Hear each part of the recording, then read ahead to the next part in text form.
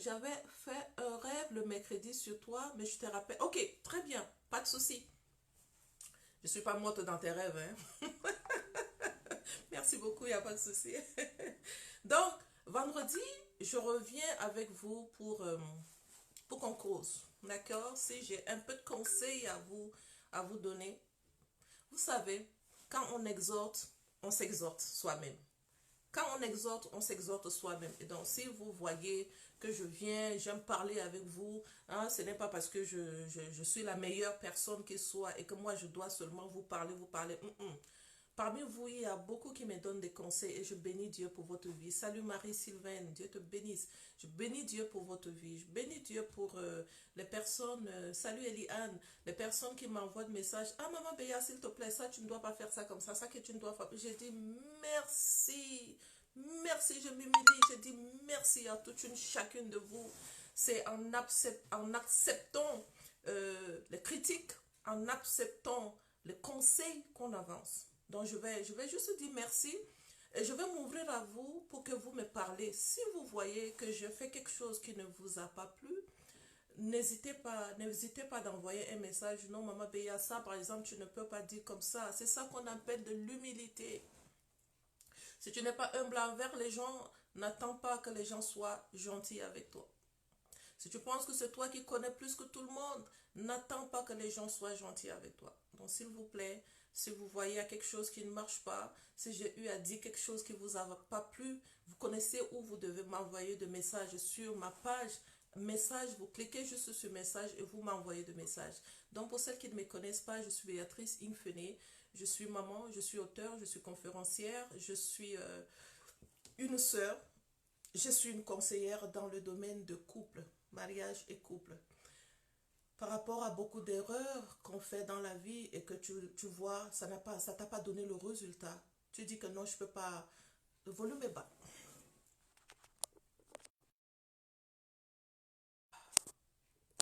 Bon, de mon côté, le volume est complètement. Attends, je vais essayer de voir si mon micro est là. Mon micro est où? Bon, je vais essayer avec mon micro pour voir. Donne-moi une minute, s'il te plaît. Ce que je vais dire aujourd'hui, je veux que ça soit écouté. Donc, si le volume est bas, ça va pas marcher. Alors, est-ce que ça va aller mieux si le volume pas comme ça? Ah, je ne fais que répéter la même chose tout le temps. Juste m'envoyer un message après. Si j'ai le temps, je vous appelle, mais vous lancez les appels. Je suis souvent dans les vidéos, je suis souvent sur les lives, ça coupe mon affaire. Là, j'avais reçu un appel, donc je vous demande encore pardon. Alors, est-ce que ça va mieux maintenant? Est-ce que ça va mieux? Donc, je viens aujourd'hui sur un thème que j'ai eu à faire une formation dessus le mardi, dans Mardi de gloire, une formation que nous faisons dans Faiseurs d'espoir au Canada. Je parlais beaucoup des mauvais fondements dans les familles. Et j'ai tellement eu de messages de retour. Oh mon Dieu, maman Béa, tu as dit quelque chose là-bas que moi-même je vivais ça, je ne connaissais pas. Tu as dit quelque chose, moi-même je vivais ça, je ne connais pas. J'ai dit, donc l'affaire, si c'est que tout le monde, je vis ça, je ne connais pas, il va falloir qu'aujourd'hui nous parlons un tout petit peu. Merci Sarah. Il va falloir qu'aujourd'hui nous parlons. Donc je viens, bonjour Annabelle, je viens en ligne, je me rends disponible pour vous. Vous pouvez m'écrire un message, le volume est bon. Merci Dibiane, Amelie, Dieu te bénisse. Je me mets à votre disponibilité. J'ai à peu près une heure à passer quand même avec vous aujourd'hui. Et je vais faire une petite introduction pour que vous sachiez de quoi je suis en train de parler.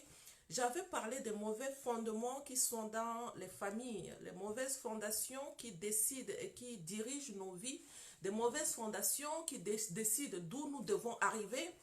Il y a dans les familles, les fondements familiaux a décidé, les fondements familiaux a décidé que il n'y a pas de mariage dans notre famille.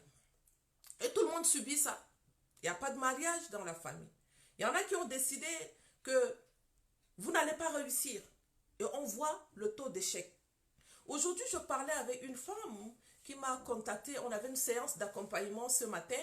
Et quand on était en train de travailler, j'aime beaucoup l'accompagnement individuel en fait. Et quand j'étais en train de travailler avec elle, et, elle était en train de me raconter la vie de famille qu'elle a menée. Elle aime beaucoup sa maman. Écoutez très bien ce que je suis en train de vous dire. Sa mère quitte le pays pour venir chez elle en Europe pour les voir. Sa maman quitte là-bas, sa maman l'appelle et sa mère lui dit, je quitte ce soir et j'arrive là-bas demain soir. Donc ton mari viendra me chercher à l'aéroport. Elle dit oui, mon mari viendra te chercher à l'aéroport. Donc elle était tellement contente que sa maman est en train de venir. Son mari quitte la maison aussi, s'en va à l'aéroport pour aller chercher la maman.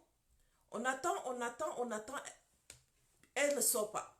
On attend encore, elle ne sort pas. Bonjour Vénitia. Maintenant, il s'en va vers les compagnies pour demander qu'est-ce qui se passait, pourquoi la maman n'est pas sortie. On demande les informations du passager et on l'informe que, dommage pour ce que nous allons vous dire, la maman est décédée et on ne pouvait pas ramener son corps. Donc, on a laissé son corps en Tunisie. J'ai dit, ah! J'ai dit oui. Comme ça, ma mère est décédée comme ça. Waouh! Ton papa était au courant que ta maman était malade? Est-ce qu'il y avait quelque chose? Est-ce que ta maman, tu sais, une mort naturelle, parfois la personne le ressent et la personne va commencer à parler, va commencer par exemple à dire, s'il vous plaît, si quelque chose m'arrive, sachez ça, ça, ça. Si quelque chose m'arrive, sachez ça, ça. Est-ce que votre maman avait un langage qui vous laissait savoir que maman allait partir? Elle dit non. Et je lui ai dit, tu sais quoi? Ça, c'est une fondation des morts subites. Dans votre famille, si tu regardes bien, si tu ne brises pas ce lien, tu vas voir, ça va encore se répéter dans votre famille. Tu vas voir, il y en a qui ont décidé et on les accepte. Hein? Mon père est mort de diabète. Ah, chez nous, c'est notre maladie. Hein? Tu le dis même de ta bouche, c'est notre maladie. Donc, tu as dit que tu t'accaparais la maladie carrément. Nous, c'est notre maladie. Wow! Mon père est mort de diabète. Chez nous, c'est notre maladie. Mon père est mort de tension. Chez nous, c'est comme ça que ça se passe. Son papa même est mort de ça. Ma mère est ceci. Chez nous, c'est comme ça. Et toi, tu acceptes. Le mardi, quand j'avais fait l'enseignement, je leur ai pris l'exemple de 3 à 4 personnes dans la Bible. Et je vais encore te prendre cet exemple ici. Pourquoi? Parce que les gens qui me suivent, une bonne partie, ce sont des chrétiens. Et elles connaissent ce que je suis en train de dire. Elles le connaissent très, très, très bien. Les répercussions des mauvais fondements sur nos vies sont terribles. La malédiction des poches percées. Dans la famille, là, c'est comme ça, quand l'argent rentre dans nos mains, ça ne reste pas. Piou, piou, piou, piou, l'argent, ça part seulement. Et tu es tranquille. Tu es tranquille, c'est normal. Ah non, moi là, j'ai l'impression comme si l'argent ne reste jamais dans ma main. Tu as l'impression, c'est ça la vérité. Si tu as cette impression, ça veut dire que l'argent ne reste pas dans ta main. C'est une malédiction générationnelle. Tu l'as hérité de quelque part. Repars très bien en arrière et regarde très bien ta vie. Il y a les fondements qui sont dans la Bible. Vous qui ne voulez pas lire la Bible, là. Vous qui voulez seulement rester, n'est-ce pas, je vous parle ici souvent comment nous on lit les Bibles, non? Vous connaissez ça, non? Vous qui ne voulez pas lire les Bibles, tout est dans la Bible. Les gens du monde connaissent la Bible plus que nous. Qu'est-ce que Jésus-Christ a dit? Il dit, Satan connaît la parole. Si tu ne connais pas la parole, Satan connaît la parole plus que toi. Il va utiliser la parole contre toi. Dans la Bible, il y a une fondation qui était dans la vie d'Abraham. Abraham avait un souci. La fondation du mensonge. Parmi nous là, il y en a qui ont de mari. Le mari ment comme il chie. Il n'y a rien qui sort dans la bouche du monsieur. Quand il ouvre la bouche, il ouvre seulement la bouche avec le mensonge. Mon ami, tu vois que le monsieur là ment beaucoup. Et tu restes là pour pouvoir lui dire, ah, en tout cas moi je te connais, comme tu mens toujours. Et tu déclares encore sur sa vie, comme tu mens toujours. Tu sais que c'est un menteur. Et tu continues à déclarer. Tu ne te lèves pas pour observer. Son papa était comment? La fondation de l'infidélité. Son père était comment? Un homme infidèle. Le chien accouche le chien n'accouche pas le chat. Si son père était un menteur, il a hérité ça. Les réclamations familiales existent. Abraham était comment? Abraham a menti que sa femme était sa sœur. Va lire ça dans Genèse verset 12. Lis ça dans Genèse verset 12 à partir du chapitre 12 verset 10. Lis ça. Tu vas trouver Abraham a menti. Il a dit que Sarah était ma femme. Qu'est-ce que Isaac, le fils d'Abraham, va faire? Réclamation familiale. Le fils d'Abraham va mentir que sa femme est sa sœur. Est-ce que tu peux partager ça? Parce qu'il y en a qui vivent ça beaucoup, mais qui ne savent pas que ça, c'est une situation dans leur mariage. Ton mari ment. Tu vois, mais tu t'attaques au mari. Mon ami, pourquoi tu ne te lèves pas pour aller attaquer le fondement du mensonge? Si tu regardes très bien, tu vas trouver, les sœurs sont des menteurs. Le papa a menti. L'enfant ment. L'exemple d'Abraham dans la Bible, dont vous pensez que l'exemple d'Abraham était dans la Bible pour orner la Bible, vous ne savez pas que c'est un testament pour nous enseigner. Vous ne savez pas que la Bible, c'est un testament pour nous enseigner. Pourquoi Abraham va mentir que non, ma femme est ma soeur? Pourquoi Isaac va revenir mentir dans Genèse 26, 6? Isaac va mentir, c'est ma soeur. Jacob, le fils d'Isaac, va aussi mentir. La malédiction générationnelle est sur 4 générations. Jacob, le fils d'Isaac, va mentir. Et il a pris le droit d'aînesse de son frère. Isaac aussi. Lui, Annabelle. Jacob aussi. Et ça ne s'arrête pas sur Jacob. Je vais te citer 4 générations d'Abraham qui ont menti. 4 de mensonges attachés. Les réclamations familiales.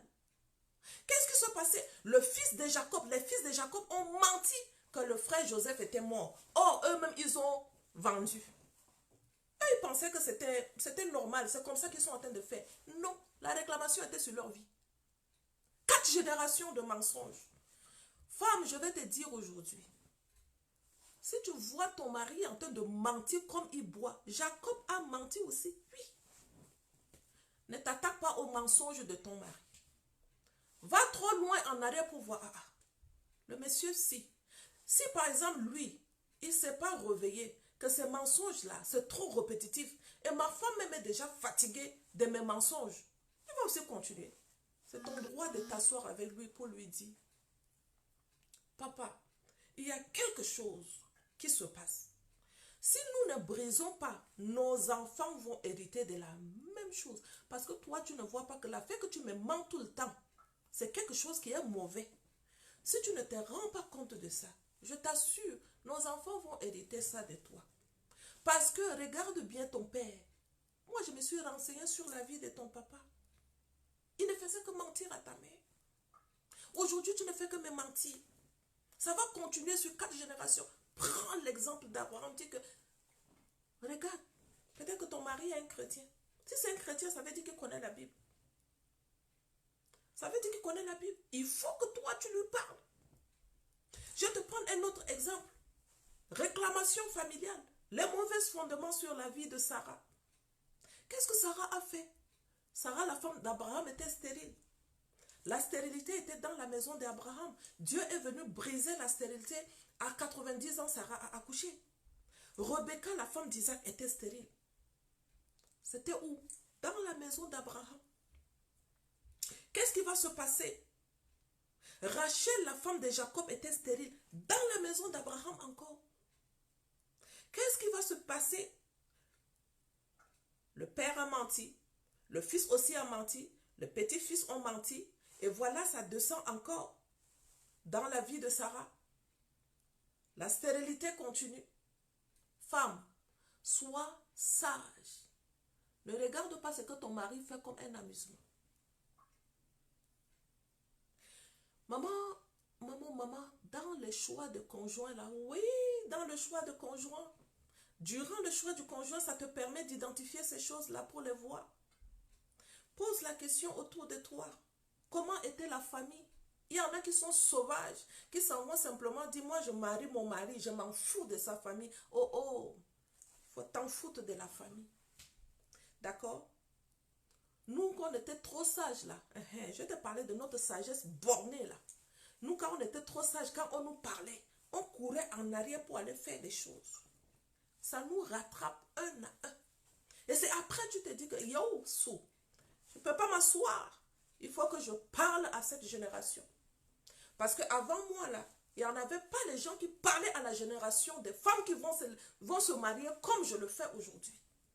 Qui n'attiraient pas l'attention de femmes qui vont se marier. Attention, oui, tu veux te marier, ce n'est pas une mauvaise chose. Mais là où tu es en train d'aller, ne fais pas comme les autres qui ont fait. Non, je suis en train de marier. Moi, je m'en fous de la famille. Je marie seulement mon mari. Il y a la malédiction. Il y a les fondements. Il y a les réclamations familiales. Tu vas payer ça. Ça va se connecter à toi. Oui, ça va se connecter à toi. Maintenant, regarde Moïse, fondement de colère. Il y a une dame qui m'a parlé de son mari. Elle me dit, maman Béatrice, quand il commence la colère, il casse la télé. Nous avons déjà acheté 5 télés. J'ai dit, waouh.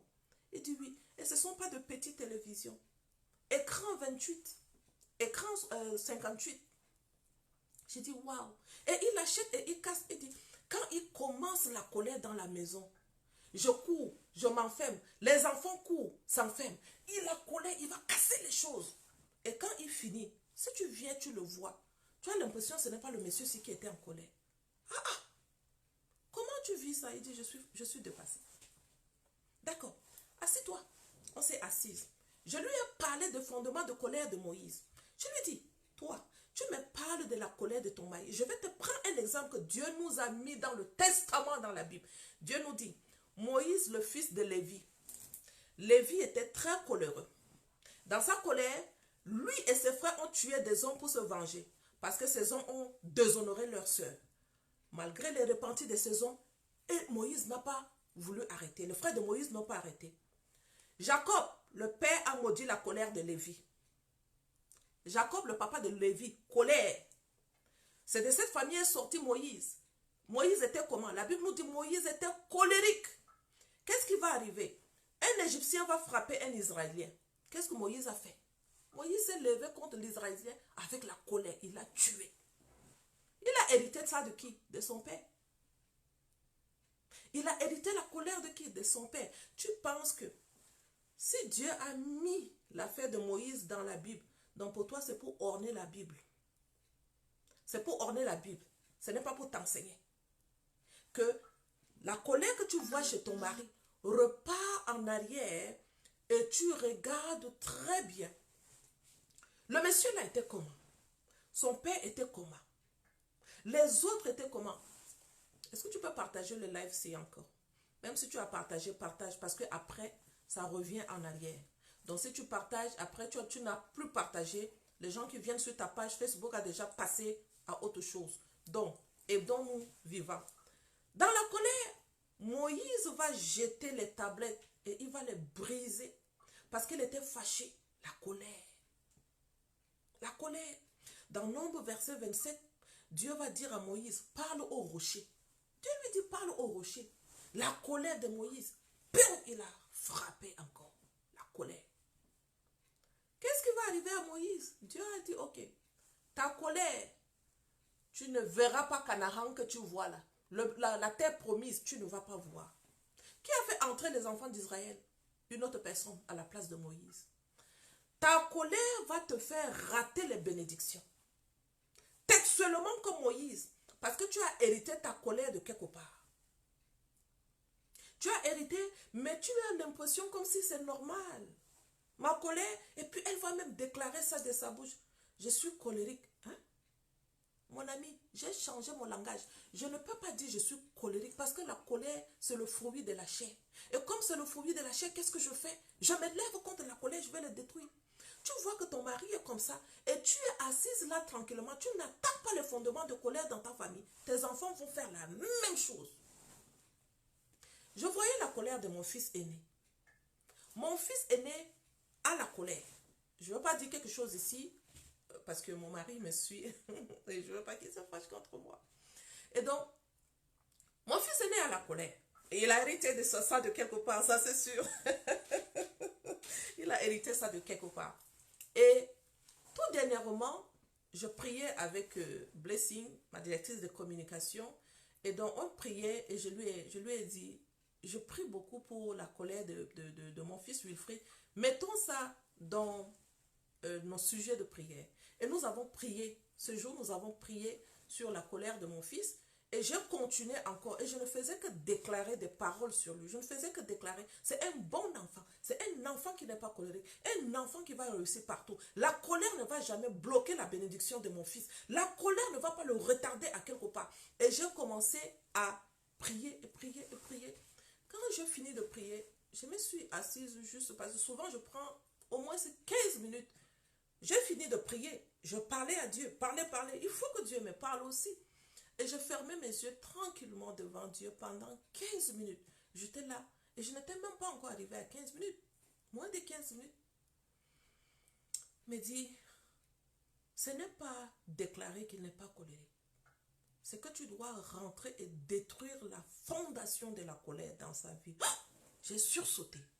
J'ai dit, waouh, c'est que j'étais en train de penser et je le pense. Et je le dis, qu'il est colérique. Et je sais d'où vient la colère. Mais je n'ai jamais décidé de détruire la fondation de la colère. Et je prie. Tu penses que Moïse n'a pas prié? Moïse ne priait pas. Moïse parlait face à face avec Dieu. Dieu est un gentleman. Si tu ne lui as pas donné l'autorisation de rentrer dans ton affaire, il ne va pas rentrer. Ce n'est pas Satan. C'est Satan qui rentre tout le temps en train de bouger les choses. Notre Dieu n'est pas comme ça. Tant que tu ne lui as pas dit, voici la situation-ci, rentre ici, détruis ça. Et tu dois connaître le sang de Jésus qui t'aide à détruire chaque situation. Les blocages. Il y en a d'autres qui sont bloqués. Tu ne sais pas pourquoi tu es bloqué. Tu te lèves pour le mariage ne vient pas. Blocage dans la vie maritale. Blocage dans le domaine du travail. Tu commences un travail, après ça, pop, on te ferme la porte, tu perds le travail. Tu ne sais pas d'où viennent les problèmes. Toi-même, tu restes là, tu subis. Or, la Bible te dit, je te donne le pouvoir de dominer. Et surtout la femme. Il dit à la femme, je te donne le pouvoir de lui appuyer la tête. Il va te mordre le talon. Lui, il va te mordre le talon. Et il ne dit pas à Satan, tu vas la mordre sa tête. Il lui dit, tu vas lui mordre le talon. Si ce talon, ce petit, il me mord le talon. Et Dieu me donne en même temps le pouvoir de lui appuyer la tête. Et tu joues avec ton pouvoir. Tu joues avec ton pouvoir comment? Tu es perdu. Dans la distraction, la colère, la distraction, le problème avec ton mari. Et tu perds ton pouvoir de la domination. Et quand le Seigneur me dit que son problème de colère vient de loin. Il a une fondation. Il y a les réclamations familiales sur sa vie. Je dis, yo, waouh, je comprends maintenant. Je commence à, je dis, ok, il faut que je décrète un état de jeûne. Vous qui jeûnez sans publier, la Bible te dit, je publierai un jeûne d'humiliation. Le jeûne, ça se publie. Le jeûne, on ne se lève pas comme ça, je vais jeûner. Les femmes ont dépassé. Tu te lèves le matin. Aujourd'hui, je vais jeûner. Le jeûne, le jour de jeûne, ça se publie. Je publierai un jeûne d'humiliation. Et tu donnes un thème à ton jeûne. Tu es en train de vouloir jeûner Dieu. Pourquoi? Tu dis, j'ai publié un jeûne en faveur de mon fils pour détruire sa colère. Un jeûne de destruction de la colère de mon fils. Oui. J'ai publié un jeûne le samedi. Et quand je suis rentrée dans la prière pour lui, je prie, j'ai fini toute la journée. Que rester sur la colère, j'ai détruit ces fondements de la colère. Et quand c'était mon heure de prière, je lis les passages bibliques sur la colère de Moïse. J'ai cherché tous les passages bibliques sur la colère, je les lis. Et quand je commence à le lire, j'ai dit, voici ça, je détruis la colère, je détruis ses souches, je détruis là où il a irrité la colère, je détruis. C'est un enfant de Dieu. Il a la vie de Jésus-Christ en lui. Il n'est pas colérique. Je ne veux pas la colère sur mon fils. Je prie. Je finis. Quelques jours plus tard, je vois qu'il prie. Et je vois qu'il prie répétitif. Parfois, il se lève, même avant d'aller au lit, je lui ai dit, toi, tu es l'aîné de cette famille, c'est toi qui dois nous rappeler que nous devons prier. Tu ne peux pas aller te coucher. Et je voyais que chaque fois, c'est lui qui venait, on va prier. Et ça a attiré mon attention. Je dis, waouh, il faut ces derniers temps, tu pries beaucoup. Il me dit, oui, maman, je prie beaucoup. Je prie le matin quand je me lève et la nuit. J'ai décidé, je vais le faire. Je dis, pourquoi tu as décidé que tu vas prier? Il me dit, je suis déjà fatiguée que tu me dises tout le temps, tu es colérique. Vous voyez la bouche que je disais sur cet enfant. Tu es colérique. Je vois la colère. L'ignorance, c'est quelque chose. Je vois la colère de l'enfant et je reviens encore. Quand je suis moi-même, je suis déjà dépassée, je vois qu'il a déclenché sa colère. Je viens, je lui dis, tu es trop colérique, arrête avec ta colère. Tu ne peux pas dire à un enfant qui est colérique, tu es colérique. Tu ne peux pas déclarer le contraire sur lui. Jusqu'au jour où le Saint-Esprit me dit, si tu continues à déclarer sur lui qu'il est colérique, c'est la colère que tu vas voir. Je dis, oh, papa, merci beaucoup. Et je commençais à lui dire, tu sais quoi, tu es un bon enfant. Tu es un enfant qui n'a pas de colère. Tu es un enfant qui n'a pas de colère. Et un jour, j'ai recommencé avec mes bêtises encore. Tu es trop colérique, change. Tu es trop colérique, change.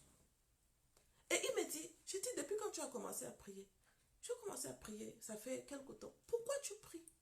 Je prie parce que tu me répètes tout le temps, je suis trop colérique. Et je sais que Dieu va m'aider. Dieu a entendu ma prière. Pourquoi Dieu a suscité dans le cœur de cet enfant que tu dois prier pour ta colère? Parfois, tu peux prier pour quelqu'un. Prie que Dieu lui parle et qu'il ouvre la bouche lui-même. Toi, tu as déjà dit, la personne, tu dis, que le Saint-Esprit l'aide à ouvrir la bouche pour détruire ça lui-même. Ça va s'accomplir. Il a commencé lui-même, il a ouvert maintenant la bouche.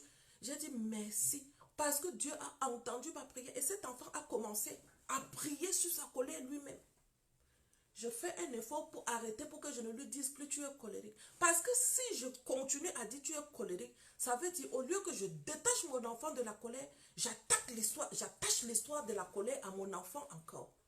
Et dans nos maisons, nous avons souvent ce genre de paroles sur nos enfants.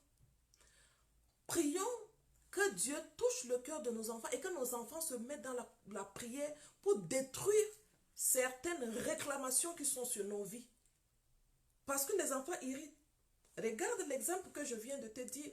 Je vais te prendre un autre exemple sur David. Le fondement d'immoralité sexuelle.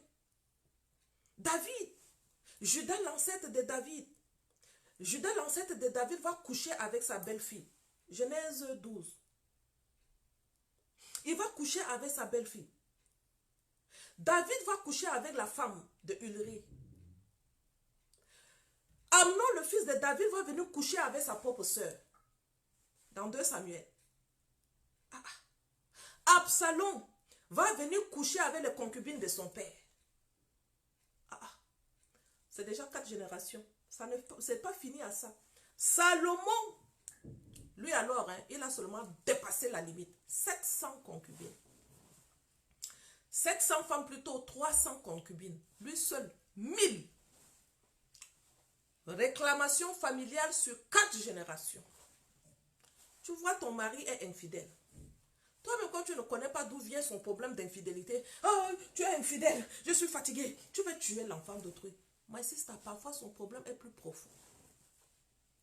Que ça demande que tu dises, cette infidélité, ça doit s'arrêter parce que sinon, même tes enfants vont prendre ça aussi. Ils seront pareils comme leur père. Mais j'ai été surprise à la fin de la formation que les femmes m'envoient beaucoup de messages. Maman Béa, tu as dit quelque chose là-bas comme ça. Moi-même, je ne savais pas. Eux, vous devez le savoir. C'est dans la parole de Dieu, ça s'en va jusqu'à 4 générations. Vous devez le savoir. Vous devez vous-même vous lever contre ces choses-là. Vous devez les détruire vous-même. Au lieu que tu t'attaques à l'infidélité de ton mari, tu t'attaques à ton mari. Attaque-toi à l'esprit de l'infidélité qu'il a dans sa maison. Il va léguer ça à ses enfants. Vous pensez que c'est normal que nous vivons ces choses-là. Et on fait quoi avec la domination qu'il vous a donnée? Je vous donne le pouvoir de dominer. On ne peut pas avoir le pouvoir de dominer. Pourquoi? Parce que nous avons légué nos pouvoirs à l'ennemi. Nous lui avons donné la latitude de diriger nos vies.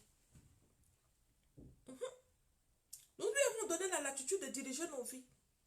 La jalousie, tu es dedans. Le mensonge, tu es dedans. La calomnie, alors, nous n'en parlons plus. Pour les femmes, la calomnie, c'est grave. Prendre carrément son téléphone, appeler quelqu'un pour détruire une personne. Tu as laissé la porte, il est déjà dans ta vie. La dernière fois, qu'est-ce que je vous ai dit? Une maison qui est divisée ne peut pas résister. Tu es avec lui. Tu vas te lever contre les mauvaises fondations. Tu vas dire que tu vas aller détruire. Tu es qui? Les mauvaises fondations sont profondes. Tu es qui et tu veux aller contre lui? Tu es qui? Tu es dans son camp. et tu t'élèves, tu dis que non, tu vas aller le détruire. Assis-toi une fois et vois le rocher où tu es sorti. Le rocher où tu as été taillé d'où? Tu sors d'où? Je vous ai déjà parlé ici une fois, surtout pour nous qui venons de l'Afrique. Les fondations de nos mariages, nous sommes en train de subir les fondations de nos mariages. Nos dots sont faits comment? À qui tu as assis ton mariage là, sur qui? Sur le Dieu du village. Le Dieu de l'infidélité, tu as assis ton mariage dessus. Tu vas subir l'infidélité. Parce que c'est sur le Dieu de l'infidélité que tu es assise. Le Dieu de l'infidélité, tu t'assois sur lui comment? Tu vas dans un village. On te dit non, c'est la dot. Oh non, il faut que tu prennes le vin ici. Tu donnes le vin à l'esprit de ton ancêtre. Tu connais l'esprit de ton ancêtre? L'esprit de ton ancêtre fait comment? Et si c'est un esprit qui bat les femmes, après toi, c'est que cet esprit te batte dans ton mariage aussi. Et ils vont te battre. Et tu vas dire que non, c'est mon mari le problème. Non, c'est le mariage qui est le problème, il faut que tu divorces. Mon ami, toi-même, tu as divorcé, tu es sorti du mariage, tu vas partir avec les esprits de la bastonnade. Tu vas dans un autre mariage, tu vas encore subir. Parce que ton mariage, c'est comme ça que tu l'as fait. Et ça ne nous enseigne pas. Une femme qui s'en va pour faire sa dot, il faut que ça soulève tout le monde. Les esprits du village doivent être connectés. Et on est tranquille. Tout ça là, c'est expliqué dans la Bible. Si tu es quelqu'un qui lit la Bible, tu vas comprendre que le testament t'enseigne ces choses afin que tu fasses attention à ta vie. Si tu ne fais pas attention, tu vas réclamer. Ah non, dans notre village là, quand mon père était décédé, on a coupé nos cheveux pour faire les choses. Tu connais l'esprit de ce village là. Comment l'esprit de ce village domine? Comment l'esprit de ce village opère? Tu le connais. Tu agis seulement comme ça, avec le manque de connaissances. Tu vas subir. 90% de nos problèmes viennent de nos fondements. 90% de nos problèmes viennent de nos fondements. Pour celles qui me connaissent ici, je vous parle très souvent de fondement marital. Le problème que tu es en train de vivre et que tu veux sortir du mariage, je te fais asseoir. Parle-moi un peu de ta famille. La personne va commencer par te raconter l'histoire de sa famille. Tu vas voir, il y a 5 filles dans la famille. Mariée et ressortie. Mariée et ressortie. Mariée. Je dis, hey, est-ce que ça tire pas un peu tes cheveux pour que tu observes un peu dans ta famille? Tu vois combien de mariages, tes soeurs, tes frères, tu vois l'esprit de divorce qui est là. Maman Béa, je n'avais même pas fait attention. Mais maintenant, fais attention. Parce que tu es en train de sortir du mariage, sache que même si tu sors de ce mariage sans traiter les mauvaises fondations qui sont dans ta vie, tu vas aller dans le prochain mariage, tu vas sortir. Parce que eux, c'est un rocher solide, c'est un rocher de réclamation. Ils ne te laissent pas partir comme ça. C'est une alliance qui a été tirée. C'est une alliance qui a été tissée. Et cette alliance ne lâche pas facilement. Mais nous nous amusons avec la puissance que Dieu nous a donnée. La puissance du sang de Christ. Nous jouons avec Jésus-Christ. Ah oui, tout le monde a décidé de jouer avec Christ. Tout le monde a décidé de prendre le nom de Christ, faire ce qu'il veut. Est-ce que je peux te condamner? Je ne peux pas te condamner. Pourquoi? Parce que moi aussi je le fais. Je le fais dans l'ignorance en jouant avec le nom de Jésus. Tu vas à l'église, tu dis Jésus-Christ, Amen. Tu ressors, tu deviens une autre personne. Transformation totale, 2 personnes. Tu peux aller contre la fondation. Tu peux aller le détruire. Tu ne peux pas le détruire. Ok, il y a quelqu'un. S'il vous plaît, vous écoutez quand même. Chez moi, non. Oh oh. Ellie, chez toi, non. Est-ce que vous avez des problèmes pour m'écouter? Je pense que c'est toi seul. Donc, ce que tu vas faire, tu sors du live et puis tu reviens. J'ai le son. Moi, non, je ne sais pas pourquoi. Vous n'avez pas le son. Vous ne m'écoutez pas.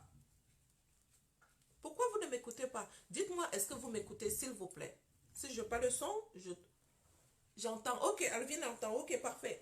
Donc, ça veut dire qu'il y a quelques personnes qui ont le problème de son. Il y en a qui qui écoutent, tant mieux. Donc, ça veut dire le problème n'est pas de mon côté. Ça peut être peut-être c'est votre connexion. D'accord? S'il vous plaît, ne nous amusons pas avec la grâce que nous avons eue. Une grâce de protection supérieure à tout. Je me pose la question sans connaître la croix de Jésus-Christ. Et attention, quand je vous dis sans connaître la croix, je ne m'attache pas à la croix. Pourquoi je ne m'attache pas à la croix? Parce que Christ n'est plus dans la croix. Christ est parti déposer mes abîmes, mes péchés dans les abîmes. Il est remonté déjà au Père. Il n'est plus là. Il n'est pas sur la croix. Donc ceux qui attachent la croix, qui mettent la croix, qui prient avec la croix, je vais vous en supplier aujourd'hui. Attention, vous ne prierez pas les objets taillés. D'accord? Prie Christ. Merci Tine. Et donc, lorsque je pense à la puissance de la croix, à la puissance de la croix et à la puissance du sang de Jésus, pourquoi la croix? C'est là-bas qu'il a été crucifié. Il a été crucifié à la croix, afin que moi je sois libre, libre de la maladie, libre de la pauvreté. Pourquoi c'est ce domaine d'aspersion? Pourquoi il a été, comment je peux dire, crucifié? Après ça, tout le sacrifice a commencé, la tête jusqu'aux pieds. Pourquoi tout son corps? Pourquoi une seule personne permet, on crucifie sa main, on crucifie ses pieds, on lui met la couronne d'épines, on lui cloue le côté, on a trouvé le côté, on le frappe sur le dos, on lui arrache la barbe. Pourquoi il permet qu'en priant, la sueur tombe, la sueur se transforme? Vous pensez que ça c'est pour rien? Ce n'est pas pour te donner le pouvoir. Mais la personne qui t'a donné le pouvoir de la domination, tu lui refais du mal. Tu lui refais du mal. Chez moi, c'est parfait. Salut Annie, je me calme, c'est ma petite soeur, que Dieu te bénisse. Tu lui refais du mal. Mais tu veux être avec lui et tu lui refais du mal. Vous savez comment je refaisais du mal à Jésus-Christ? Je faisais le contraire de tout ce qu'il me disait de faire. Je faisais le contraire de tout ce qu'il me dit de faire. Ne mens pas, je suis dedans. Ne calomnie pas, je suis dedans. Ne vole pas, je suis dedans. Voler, on va me dire ici, ah, donc maman Béa, tu volais. Vous pensez que voler, c'est quoi?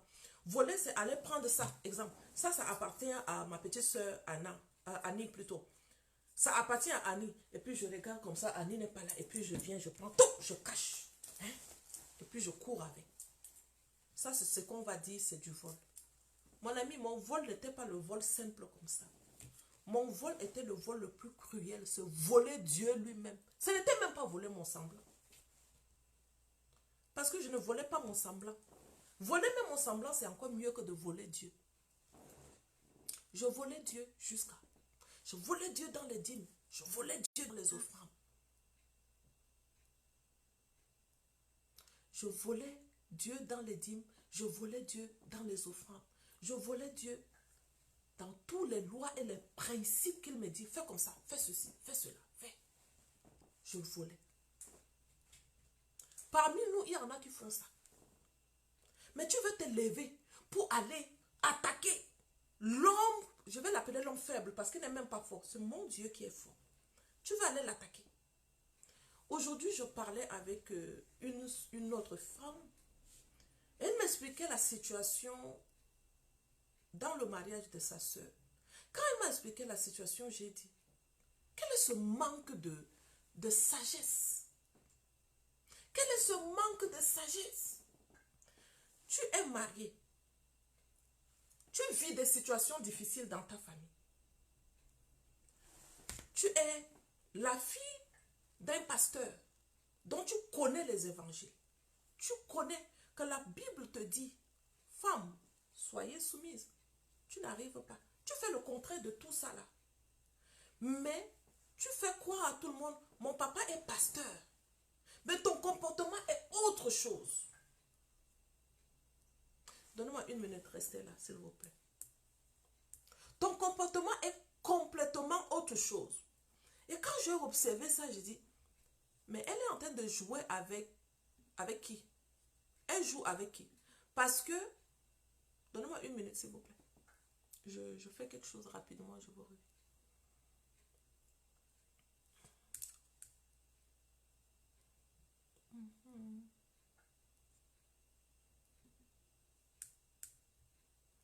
Donnez-moi une minute. Une minute. Une minute.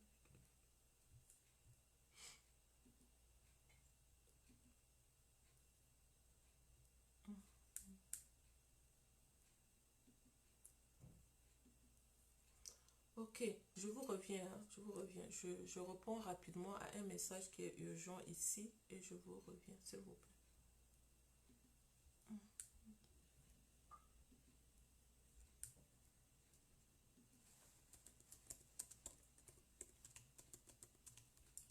Ok, c'est bon. Donc, c'est avec Dieu que tu joues comme ça. Tu joues avec Dieu. Tu sais le combat que tes parents ont mené. Tu es un enfant de la lumière. Tu rentres dans un mariage. Regarde le comportement. Regarde ton comportement dans le mariage. C'est avec Dieu que tu joues. Tu joues avec lui. Tu vas le trouver devant toi. Pour lui, ce n'est pas compliqué. Pour lui, c'est cache-cache. Tu vas prier, il n'y aura pas la réponse à la prière. C'est toi qui vas aller demander aux gens, prie pour moi. Tu as le même pouvoir que les autres qui sont en train de prier pour toi. Qu'est-ce qui te manque, toi? Ils n'ont pas Jésus dans leur vie. Ils ont Jésus dans leur vie. Tu as aussi Jésus dans ta vie. Qu'est-ce qui fait la différence que eux, leur prière est exaucée et pour toi, non? Tu ne t'assois pas pour réfléchir. Et nous aimons faire du mal jusqu'à. Nous aimons alors les mensonges, n'en parlons pas. Nous aimons ça jusqu'à. Vous pensez que si je viens pour parler comme ça, c'est parce que pour moi, est trop bien. C'est un combat de chaque jour que tu fais. C'est un combat quotidien. Sinon, nous subissons. Nous sommes en train de subir. Nous sommes en train de subir pourquoi? Parce que le pouvoir de la domination nous a été repris. Qu'en fais-tu du sang de Christ? Qu'en fais-tu de la mort de Christ pour toi? Plusieurs fois ici, je vous ai dit, il y en a qui continuent encore à déclarer de leur propre bouche, je souffre. Qu'en fais-tu de sa souffrance alors? Si toi tu souffres. D'autres ont carrément décidé de déclarer, moi alors ma vie ça ne marche pas. Qu'en fais-tu de quelqu'un qui a sacrifié complètement sa vie pour toi? Pourquoi toi ta vie ne marche pas? Pourquoi ta vie ne marche pas? Il y a quelque chose qui ne marche pas. Il y en a qui ont décidé carrément dans leur vie, je subis le célibat. Tu subis le célibat alors que lui, il t'a créé pour une mission. Tu subis le célibat parce que dans ta tête, c'est déjà rentré en toi que le mariage est compliqué. Tu as déjà déclaré sur la bénédiction de Dieu, c'est compliqué. Et tu veux rentrer quand même dans quelque chose qui est compliqué. Et donc, dans ta tête là, c'est rempli de la peur. Il y en a d'autres qui veulent s'engager dans le mariage avec la peur. Tu t'engages avec la peur. Ok, toi-même tu sais, regarde bien tes liens familiaux, les liens de la famille, les liens familiaux dans la famille.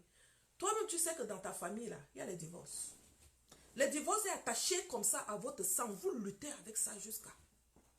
Tu ne fais pas attention, tu rentres là-bas, tu cognes par ici, tu cognes.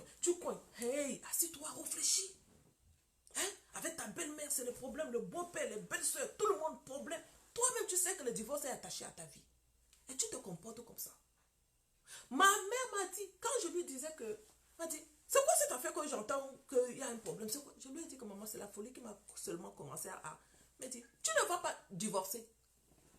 Son mot était très dur, rassurante. J'ai dit, maman, pourquoi? On peut divorcer, où est le problème? Si ça ne marche pas, on divorce, non? Où est le problème? Elle a dit, tu ne vas, et elle a ajouté, jamais. J'ai ri, j'ai dit, maman, c'est quoi cette affaire déjà? J'ai dit que jamais. On était au téléphone. Et j'ai commencé à rire. Elle dit, c'est pas pour rire. Jamais. Jamais. Et ça ne peut pas arriver. Et donc, un jour, je l'appelle. On commence à parler.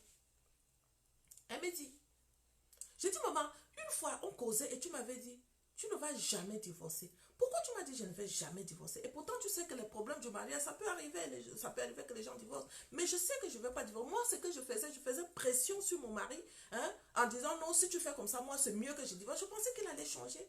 Mais ça n'a pas changé. Plutôt ça envenimait la situation. On ne change pas comme ça. C'est pas bon ce que je faisais. Et ma mère me dit, observe bien dans la famille. Observe bien la vie de famille. Je suis une fille unique. Je n'ai pas de sœurs. Qui a divorcé? Tu m'as vu, j'ai divorcé. J'ai dit non, tu n'as pas divorcé. Elle a dit, tu connais tous mes combats dans le mariage, tu les connais tous. J'ai dit, mais comme toi, tu ne parles pas beaucoup de tes choses. Tu devais nous enseigner beaucoup de tes choses, mais tu n'enseignes pas. Hein?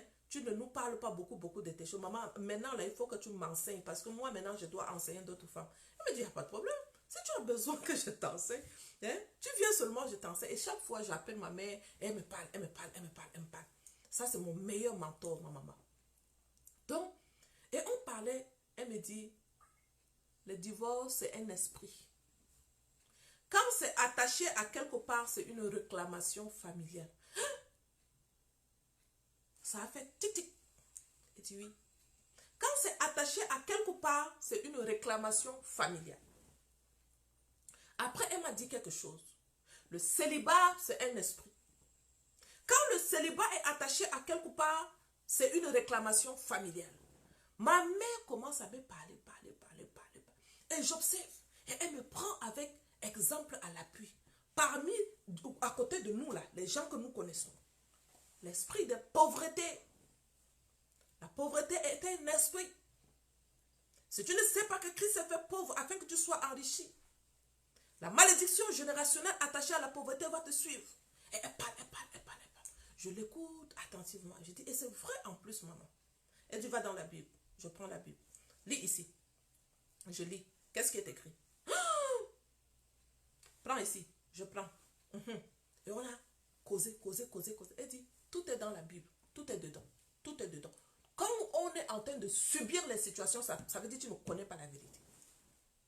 Dès que tu connais la vérité t'affranchit. Dès que tu connais la vérité t'affranchit. Tu ne connais pas, tu subis. Et nos langages sont attachés à ces choses-là.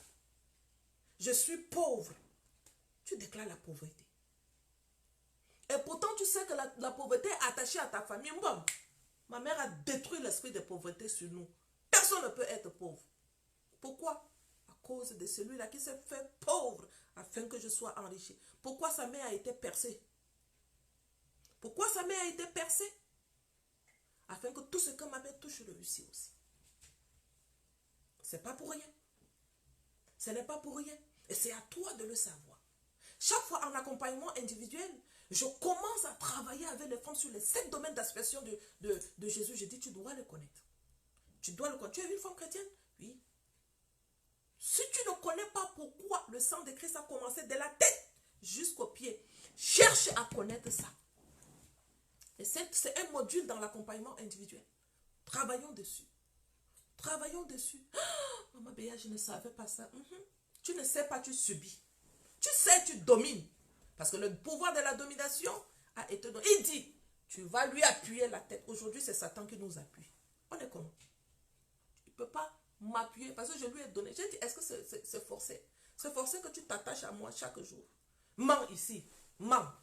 Et je dois mentir. Et donc, je dois t'obéir pour mentir. Menteur. Je ne peux pas t'obéir. J'obéis à la personne qui me dit, arrête avec le fruit de la chair. Marche avec le fruit de l'esprit. C'est dur. Mais il y a un esprit que je t'ai laissé pour pouvoir t'aider, Béatrice. L'Esprit Saint. Oui, c'est dur, mais l'Esprit Saint. Comment tu fais pour demander à l'Esprit Saint, je n'arrive pas? Dépouille ton cœur devant lui. Dépouille. Dis-lui tes faiblesses. Je suis colérique, dis-lui tes faiblesses. Identifie là où tu as un souci, identifie dessus. Je suis colérique. Je l'accepte. Je viens devant toi. J'identifie là où j'ai des problèmes. Je dépouille mon cœur devant lui. Mais nous voulons être amis avec le Saint-Esprit sans lui donner l'autorisation d'aller à travailler là où nous avons des problèmes. On va venir seulement dire comme ça, aide-moi. Mais gars, il va nous aider comment? Il a déjà aidé. Tu veux qu'il donne encore Jésus-Christ pour toi seul alors qu'il a déjà donné? Il va t'aider comment? Il a déjà aidé. C'est ta relation avec lui. Une fois, je vous ai dit ici, la relation que tu viens, tu l'appelles Dieu. Regarde bien Jésus, observe Jésus. Aujourd'hui, là, je travaille avec une femme. Je lui dis, la première prière, quand les disciples lui ont posé la question, quand les disciples lui ont dit, apprends-nous à prier. La première réponse, il a dit, lorsque vous priez, dites notre Père. Il nous a appris à l'appeler Père. Tu refuses. Quand je les entends prier, hein, éternel Dieu, je dis, oh, oh, vous continuez avec éternel Dieu. Tu n'es pas en train de m'écouter. Moi, j'ai dit à Dieu, je vais tout dire.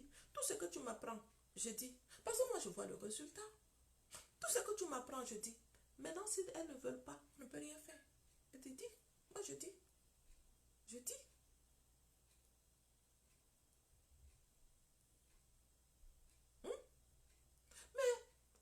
Toi-même, tu sais que c'est ton père. Tu vas venir comme ça, tu commences à appeler ton père par ton nom. Mon papa, c'est Philippe. Je viens comme ça, je commence à dire, Philippe, aide-moi, Philippe. Elle dit, Béatrice, combien de fois je vais t'aider? Et même la manière dont tu m'appelles. Regarde comment tu m'appelles par mon nom, Philippe. Philippe, je vais t'aider, tu sors de là, tu t'en vas, tu fais quelque chose contre moi. Je vais t'aider comment? Je t'aide comment? Quelle est la relation d'intimité que tu as avec moi? Tu es sur ton téléphone plus que ma parole. Tu es sur ton téléphone. Et ce que je suis en train de te dire, clair comme ça, moi je l'ai reçu. Et quand je l'ai reçu comme ça, clair, j'ai dit, j'ai décidé de t'écouter. Tu es sur ton téléphone plus que moi. C'est pour cela que quand je suis en train d'aller dans la chambre, j'ai ça avec moi. Quand je suis en train de revenir, ma table de travail est dans ma cuisine. Là où je m'assois souvent pour faire mon live, c'est dans ma cuisine. Donc ma cuisine est là. Ma cuisinière est ici. Je suis en train de faire à manger là-bas. Si je suis en train de faire à manger, c'est Bible audio que je suis en train d'écouter. Je mets à haute voix. Mon baffle est là. Je mets à haute voix. J'écoute Bible audio, Bible audio, Bible audio, Bible audio, Bible audio. Quand j'ai fini et que je viens m'asseoir, si je ne suis pas en train de faire un live, jusqu'à j'ai même appuyé ça, c'est sorti. C'est pas grave. C'est ma Bible. Et je voyais ma mère faire ça. Tu te lèves à 3 heures, elle est dedans. Tu te lèves à 4 heures, elle est dedans. Alors que le secret de la puissance de cette femme se trouvait dans la parole. Je lis, je lis, je lis. Et en lisant, je dis, papa, Jésus-Christ dit, donne-nous le pain quotidien. Le pain quotidien que Jésus-Christ est en train de dire. Yves Baza, la mère, tu es trop intéressant. Gloire à Dieu. Je remets la gloire à Dieu. C'est pas pour moi, ma fille. Pourquoi? Il dit, donne-nous notre pain quotidien. Le pain quotidien que Jésus-Christ nous demande de demander à Dieu, c'est quoi? C'est la nourriture que nous devons manger. Ce n'est pas la nourriture que nous devons manger. C'est ça. C'est le pain quotidien. Chaque jour. Chaque jour. Tu veux être puissante. Tu dois savoir ça. Hein? Je m'assois ici, je jette un coup d'œil. Même si c'est 2 versets que j'ai retenus. Même s'il était vrai que j'ai fait une fausse route, après tout, c'est moi seul que mon erreur concerne. Quant à vous, si vraiment vous voulez vous montrer bien supérieur à moi, si vous me reprochez mon humiliation, sachez bien que c'est Dieu qui a violé mon droit et qui autour de moi a tendu ses filets.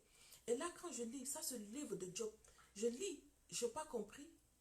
Je m'en vais, je cherche mon commentateur biblique. Et je reviens, je lis le commentateur biblique. Et je vois dans mon commentateur biblique ce qui est écrit dans Job. Je vais aller retrouver ça dans une autre Bible, dans un autre verset. Et je relis. Tu lis, tu n'as pas compris. Ah, c'est comme si c'est du charabia, je ne comprends pas. Tu déposes. Non, pousse ça un peu plus profond pour chercher. Pourquoi on cherche d'autres choses? Tu es en train de travailler sur un projet. Le projet t'a dépassé. Tu vas aller sur YouTube. Tu vas mettre sur YouTube. Tu vas chercher à savoir comment faire. Pourquoi pour la Bible, tu ne fais pas? Pourquoi pour la Bible, tu ne pousses pas tes recherches? Moi, je pousse les recherches de la Bible. C'est ça qui me donne la puissance, le pouvoir de travailler avec les femmes et obtenir le résultat. Parce que c'est dit dans la Bible, il dit, c'est alors que tu auras du succès et tu réussiras. C'est alors que tu auras du succès et tu réussiras. Médite nuit et jour, c'est alors que tu auras du succès et tu réussiras. Pourquoi j'ai pu dominer sur le pouvoir de l'insoumission qui voulait régner dans ma maison.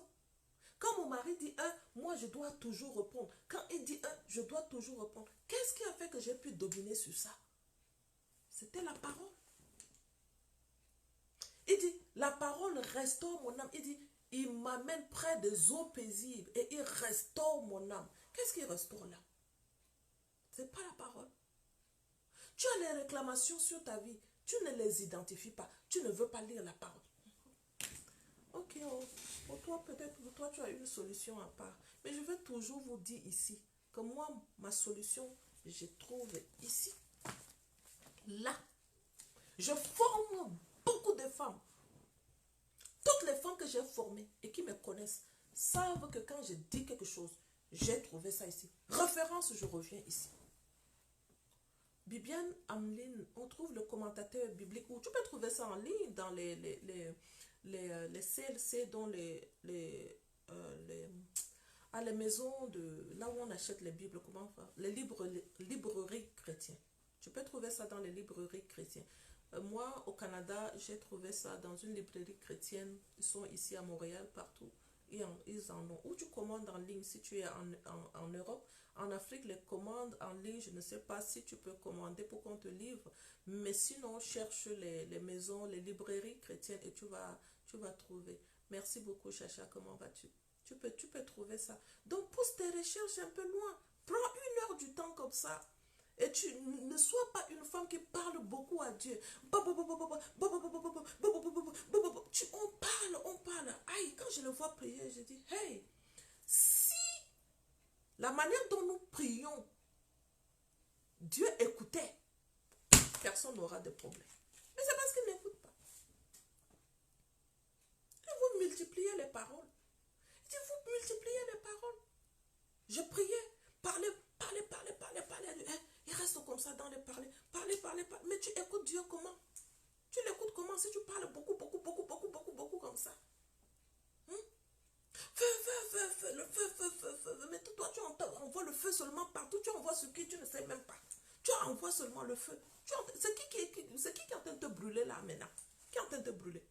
C'est qui va te montrer la personne qui te brûle? Parce que tu ne l'écoutes pas.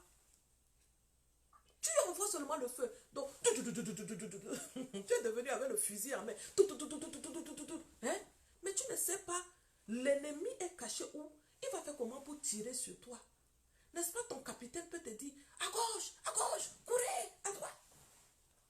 Hein? Mais pour toi, c'est... Comment tu vas savoir qu'il y en a un qui va t'attaquer? Tu dois savoir. Et la personne qui te dit, mets-toi à gauche parce qu'il est en train de tirer à droite. Mets-toi à droite parce qu'il est en train de tirer à gauche. C'est le Saint-Esprit. Mais tu ne l'écoutes pas. Parce que tu parles trop. Soyons calmes. Demandons à Dieu de nous révéler nos mauvais fondements qui nous bombardent dans le mariage. Le fondement de la colère, comme Moïse. Le fondement de l'infidélité, comme David. Le fondement de stérilité, comme Sarah. Le fondement du mensonge, comme Abraham. Tu es assis sur les mauvaises fondations. On a hérité ça de nos pères. Et ces fondements ont été hérités. Nous sommes en train de payer. Lâchez les maris là. Lâchez les maris. Depuis, je ne fais que vous dire, lâchez le mari. Le mari n'est pas un problème. Tu ne sais pas comment vivre avec le mari. Cherche ton problème ailleurs. Ton combat est ailleurs. Ton combat n'est pas ton mari. Est-ce que vous avez des questions pour moi? Si vous avez des questions, je vous réponds. Je vous réponds et puis je pars. J'ai suspendu les accompagnements pour le mois de décembre parce que je prends un peu de congé et je reprends en janvier. Malheureusement, après l'enseignement, la formation que j'ai eu à faire le mardi, il y avait des personnes qui m'ont envoyé des messages qu'ils ont besoin d'être accompagnés. Donc, j'ai encore pris quelques femmes en accompagnement ce mois de décembre. Mais franchement, je suis full. Mais on va recommencer en janvier. Ça me permet moi aussi de me reposer un peu. formation sur l'entrepreneuriat, les principes bibliques de l'entrepreneuriat. Ça aussi, c'est une autre connaissance. Vous devez les avoir. Vous devez connaître comment la Bible nous enseigne l'entrepreneuriat. Moi, au moins, si je m'assois et je récupère, j'écris un cours avec. Je m'assois, je récupère, j'écris un cours avec. Toi, tu fais comment? Tu seras obligé de te faire former. Si tu ne peux pas aller chercher, si tu ne peux pas t'asseoir et lire, récupérer les substances pour aider les autres, tu seras obligé de t'inscrire. Et il faut t'instruire. Tu es dans l'obligation de t'instruire. L'entrepreneuriat, Dieu est un grand entrepreneur. L'entrepreneuriat, Dieu est un grand entrepreneur. L'entrepreneur par excellence que j'ai connu, je n'ai jamais connu quelqu'un qui entreprend comme Dieu et qui réussit. En lisant ça, j'ai ressorti tous les principes de l'entrepreneuriat. J'ai fait un long cours. 3 jours de cours, je donne ce cours-là. Oui. Salut Blessing, quand tu viens, je vois le cœur, ma fille. Que Dieu te bénisse. Dieu te bénisse. Tu dois connaître que tu as un grand-père entrepreneur. Et donc il te dit, fais ceci. Les principes bibliques de l'entrepreneuriat. Il te dit, fais ceci, tu fais. Fais ceci, tu fais. Et il a même les lois. Il a établi les lois de l'entrepreneuriat. Tu dois les connaître. Tu dois les connaître. Lorsqu'il y avait le coronavirus, c'est là où moi j'ai fait beaucoup d'argent. Pourquoi? Parce que c'est dans ça, c'est dans les difficultés que Dieu t'enseigne. C'est dans les difficultés qu'il te dit fonce. Et tu fonces. Avec ses propres principes, tu réussis. Non, toi tu ne crois pas. Je suis un entrepreneur. Et je suis chrétienne. Mais je ne connais pas les principes bibliques de l'entrepreneuriat. C'est dommage pour nous. C'est vraiment dommage. Donc nous commençons ça le 14 du mois de décembre. D'accord? On va s'arrêter à ce niveau. Si vous n'avez pas de questions pour moi, faites attention à vous. Il faut que vous ne subissez pas les réclamations, c'est pas bon. Ce sont de fondements qui viennent pour nous bousculer. Ça bouscule tout le monde. Et donc tu ne sais pas c'est quoi, c'est sur quelle fondation que tu es resté. Si c'est la fondation d'infidélité, tu ne fais que subir l'infidélité de ton mari et tu continues à attaquer le monsieur, attaquer. On résout les problèmes, les pasteurs viennent résoudre les problèmes. Les pasteurs eux-mêmes ne savent pas que ça c'est profond, c'est plus profond. C'est directement la fondation de sa famille qui est assise sur l'infidélité. On résout. Les gens sortent de là. 2 jours plus tard, numéro de téléphone d'une autre fille, il est encore dedans. Tu subis ça. Mensonge, il te manque beaucoup. Il est assis sur une mauvaise fondation. Attaque pas le monsieur. Ne parle pas à ton mari. Si tu sais comment tu dois aller attaquer ces choses, va attaquer et détruire-les. Mais la seule chose que je dois te rassurer, tu ne peux pas être dans le camp de l'autre là et puis tu te lèves contre lui. Quitte son camp d'abord. J'ai dit, tu ne peux pas être dans son camp et tu veux l'attaquer. Malheureusement, merci pour le live, maman. Merci beaucoup, Liliane. Malheureusement, on s'assit dans son camp et on veut l'attaquer. Feu, je te détruis, je t'appuie, je fais ceci, je pique ici, je pique. Je te pique ici, je te pique là, je t'appuie ici. Il dit, tu as fini de bavarder, assis-toi ici. Bouge encore. Aujourd'hui, je te laisse le crédit, je te laisse tranquille. Mais la prochaine fois, si tu entends, je tue ton enfant. 2 jours, son enfant est décédé. Elle ne comprend pas que j'ai attaqué le baobab du mal.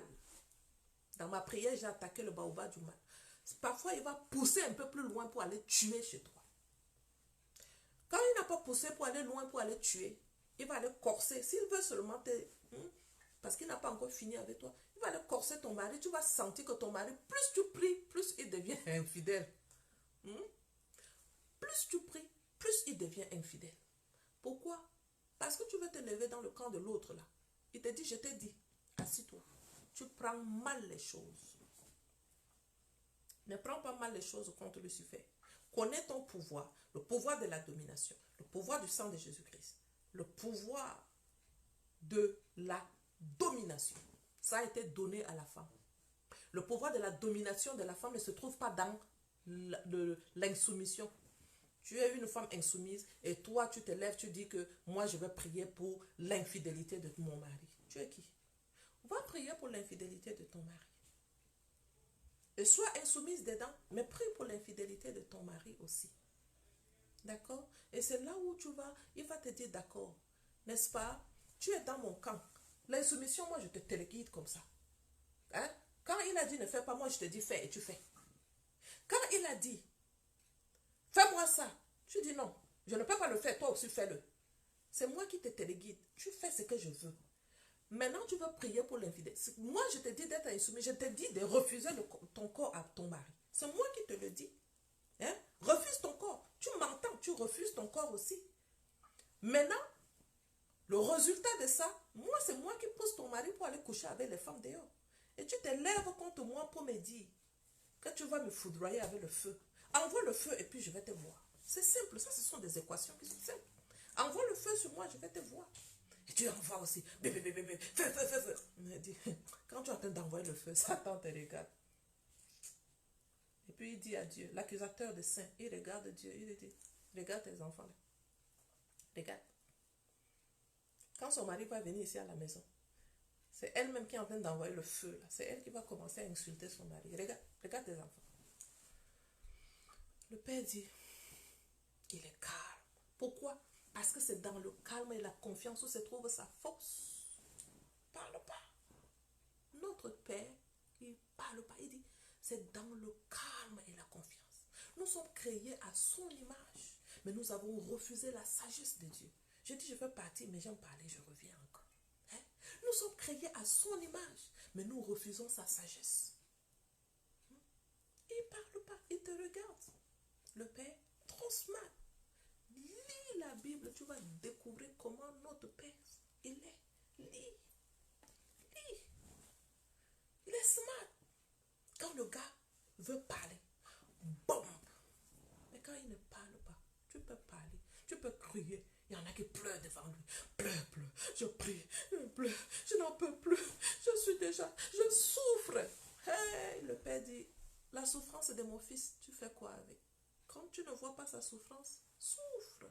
Et puis, je souffre, je n'en peux plus, je suis fatiguée. Dieu le Père, Dieu mon Dieu, Dieu mon Dieu. Attention à nous.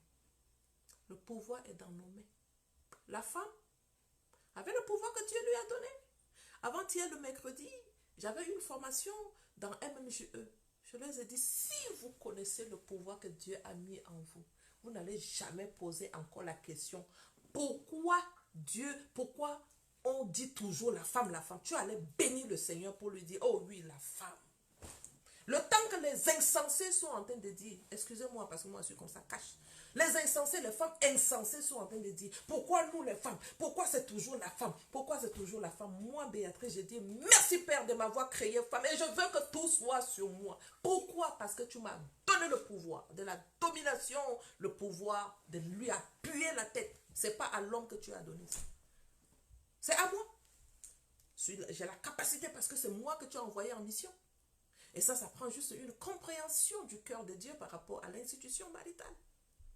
C'est à moi que tu as donné le pouvoir d'aller accompagner l'homme. Ce n'est pas l'homme que tu as créé pour moi.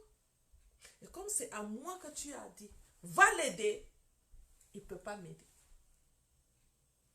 Va l'aider, Béatrice. Je te fais confiance. Va l'aider. Et je t'ai créé spécialement avec tout le pouvoir pour aller supporter la mission. Et je déclenche ça en moi. Je dis, Père, je suis capable de l'aider. Je n'ai même plus besoin de lui dire, aide-moi. Mais par contre, je dois simplement déclarer qu'il m'aime comme Christ a aimé l'Église. Yes. Qu'il m'aime comme Christ a aimé l'Église, c'est la seule chose que je veux de mon mari. Un mari qui aime la femme, qu'est-ce qu'il ne peut pas faire à la femme? J'ai dit, il doit m'aimer comme Christ a aimé l'Église. Et j'appuie ça fort. C'est un décret que je décrète. Je suis la fille du roi. Je suis la fille du chef. Et la fille du chef décrète. Elle ne dit pas, fais-le, fais. Non, elle décrète. Je décrète, je commande. Et quand je commande, ma voix résonne dans le spirituel. À cause de mon identité. À cause cause de mon identité. Je commande, je ne dois pas subir. Et je ne dis pas Satan, s'il te plaît. Non, non, non, c'est moi qui te dis, je ne dis pas s'il te plaît. C'est à mon Dieu que je dis s'il te plaît. À Satan, je lui dis, lâche. Je dis, lâche. Et quand je dis lâche, avec la foi, lâche. Et je ne vais pas te le dire 2 fois. Je dis lâche. Tu lâches ma maison et tu sors. Feu, feu, feu, feu, feu. Quel feu? Tu as le feu en main. C'est qui t'a donné le feu? La personne qui t'a donné le feu, tu as refusé de l'écouter, non? Et tu parles de quel feu? Nous parlons de quel feu? Ce sont des équations qui sont simples. Ce sont des équations que nous devons comprendre. C'est-à-dire que si tu commences à comprendre ma mission de vie, pourquoi il m'a créé. Béatrice, tu aimes trop parler. Tu as dit tu pars et tu es resté encore. Pas grave. Si tu comprends pourquoi il m'a créé, un jour, quand j'en avais tellement marre de la vie, c'est comme si je ne sais pas ce que je suis venu faire sur la terre. J'en ai marre. Je sais que je suis une femme créée pour l'homme, créée pour rendre l'homme heureux. Mais comment cet homme, je n'arrive pas à le rendre heureux? Mais il me casse la tête, il me fatigue. C'est quoi le problème? Ma mission de vie, j'avais arrêté de travailler parce que je dois rester à la maison avec mes enfants. Je pose la question à Dieu. Je dis, Père, révèle-moi pourquoi tu m'as créé. Révèle-moi. Et là, je fais ma folie comme je fais d'habitude. J'ai pris une chaise. Dans ma maison, j'ai une chaise pour mon Dieu. Assieds-toi sur ta chaise. Nous allons causer. Allons causer. Parce que je n'ai que toi seul. Je vais aller chez qui? Moi. C'était un décret. T'as dit que ta voix a résonné quand tu m'as créé. Tu avais dit une parole. Tu n'es pas venu et puis tu as commencé à prendre la terre pour me créer. Non. Tu as dit, tu as parlé sur ma vie avant de me créer. Tu as parlé sur ma vie. Oh oh! Donc maintenant tu commences à savoir que j'ai parlé sur ta vie, Béatrice. C'est comme si quelqu'un me parle, mais ça résonne à l'intérieur de moi. C'est moi qui suis en train de parler, c'est comme ça. Créé à l'image de Dieu, je parle. D'accord? Tu commences à savoir qu'en te créant, je parlais. Mais maintenant, tu vas commencer à parler. Quelles sont les paroles qui sortent de ta bouche souvent? Je me rends compte, beaucoup de paroles de destruction sortent de ma bouche. Il fallait commencer par là. Parler comme Dieu. Réfléchir comme Dieu. Et donc, waouh! Ça veut dire, je suis un petit Dieu. Oui, c'est dit dans la Bible, c'est dit dans Psaume 86, que tu es un petit Dieu. Et si je suis un petit Dieu, pourquoi je ne parle pas pour créer comme toi? À partir d'aujourd'hui, je vais commencer à parler et créer comme toi. Je commence à parler, créer comme Dieu. Créez-le à notre image. La terre était informe. Il dit, il a parlé sur la terre et il a créé la terre. Mais toi, qu'est-ce que tu fais? Tu subis. Dieu ne subit pas. Il parle et il le fait. Il parle et il le fait. Qu'est-ce que tu dis sur ce que tu vois dans ta maison? Tu n'as pas parlé, la chose ne se fait pas. Qu'est-ce que tu vois sur... Je vais encore revenir sur les mauvaises fondations sur lesquelles tu es assis. Quelle est cette mauvaise fondation que tu as vue? La fondation de l'infidélité dans ta maison.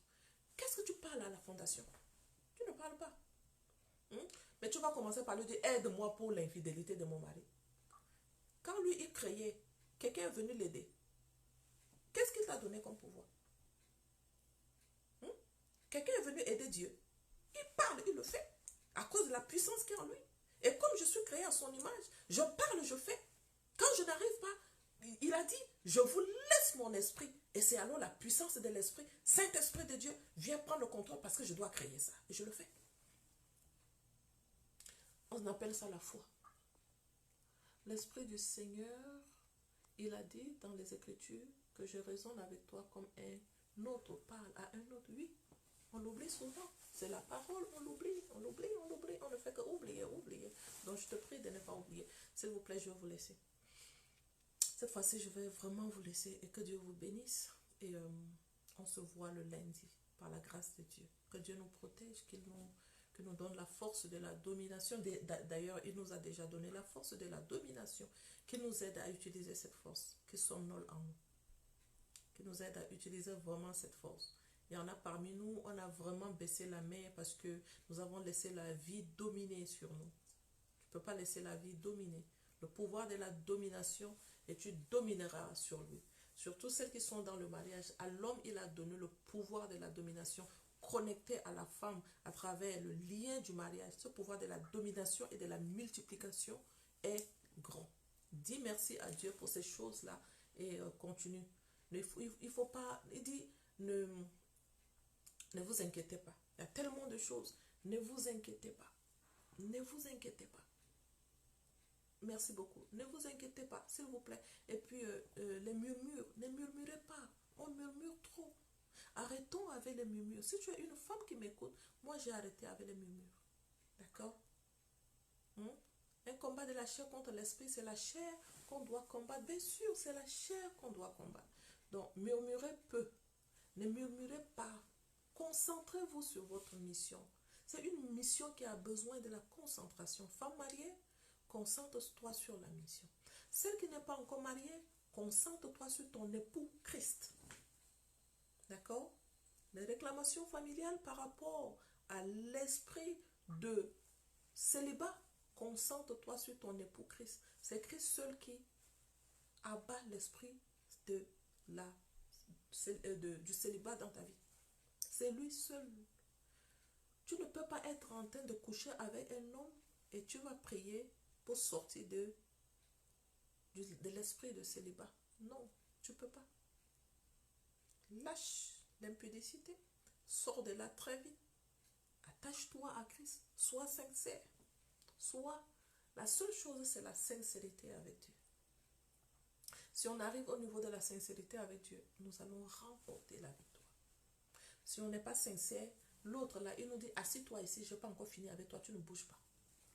Tu ne bouges pas. Et si tu veux bouger dans son camp, il va te foudroyer. Et il foudroie. Car il est venu tuer, égorger et détruire. Il n'a pas autre chose à faire. Toi, l'enfant de Dieu, là, tu as un travail à faire. Mais lui, il n'a pas autre chose à faire. Que Dieu te bénisse. Merci beaucoup. Si vous avez besoin d'aide, vous mettez votre nom sur les accompagnements individuels qu'on recommence à partir du mois de janvier. Si tu n'as pas mis ton nom, il se peut que tu iras jusqu'au mois de février parce que je n'ai vraiment pas le temps. Je n'ai malheureusement pas le temps. Mais les femmes sont en train de travailler fort. Il y en a qui veulent mettre l'argent sur les perruques, les choses comme ça, mais leur vie est broke. Leur vie, ça ne marche pas. Il y en a d'autres qui ont décidé, assez, c'est assez, j'apprends et j'avance. Et ce sont avec ces femmes-là que nous sommes en train de continuer. Nous travaillons fort et à le résultat. Il y a les foyers qui sont restaurés. L'honneur et la gloire à notre Dieu. Pourquoi? Parce que c'est le Dieu de la restauration. Et le Dieu de la restauration ne lâche pas. Il est encore vivant et c'est le temps de grâce. C'est le temps de grâce. Si tu l'as dans ta vie, on ne lâche pas. Si tu l'as dans ta vie, tu ne sors pas de ce foyer-là. À moins qu'on est en train de te battre. Si on est en train de te battre, tu lâches. Mais si on ne te bat pas, tu ne lâches pas. Que Dieu te bénisse.